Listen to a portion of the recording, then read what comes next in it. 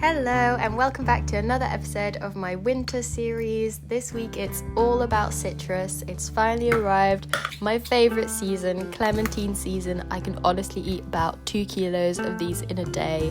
They're so yummy when they're in season. And to celebrate them, I'm making a giant Jaffa cake.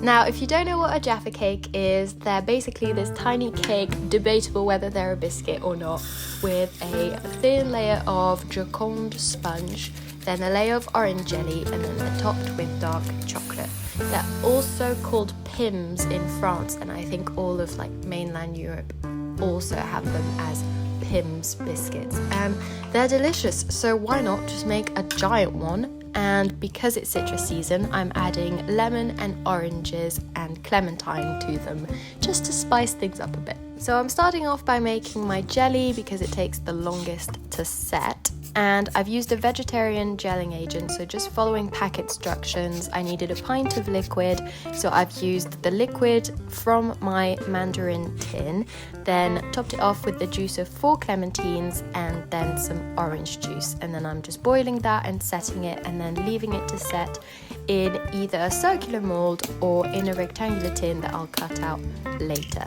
And then I can move on to my sponge. So I decided to go for a genoise sponge, and I'm infusing my sugar first with the zest of lemon, clementines and oranges, rubbing the sugar in with that so we diffuse the essential oils and all those good flavours. So to make a genoise sponge, you want to start off by making what's called a sabayon, which is where you whisk eggs and sugar over a bain-marie until they cook and they hold their shape, and you end up with something really light and airy, and that's what's going to give us our sponge texture. You can see here I didn't do it for quite long enough because it didn't pass the ribbon test, which is where you lift the whisk up and what's dripping off the whisk should stay at the top and form a ribbon.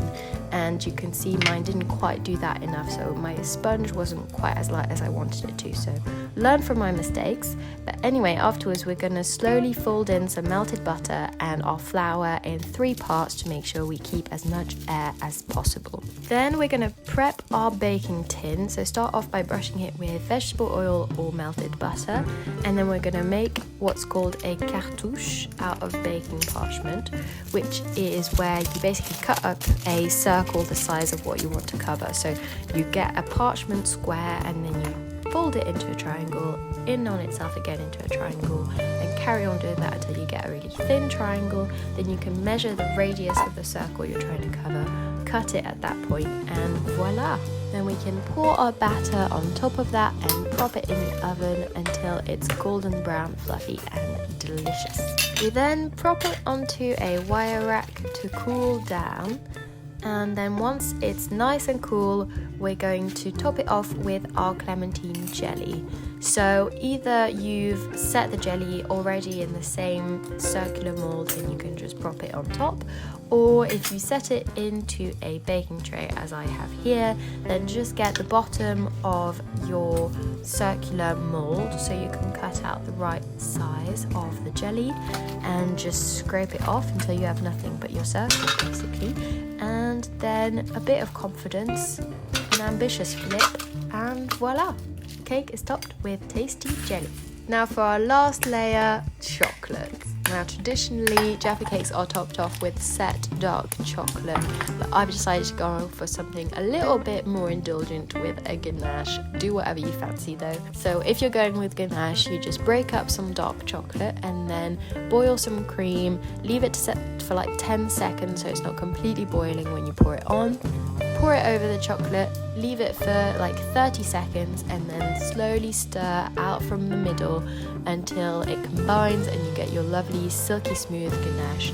If the worst happens and it splits, then just add a tiny bit of cold milk and stir to reform the emulsification, and that should sort you right out. Drizzle it on top, smooth it out, and that's it. Giant Jaffa cake. Leave it to set and enjoy. As always, I hope you enjoyed this video and make sure to like and subscribe for more every week.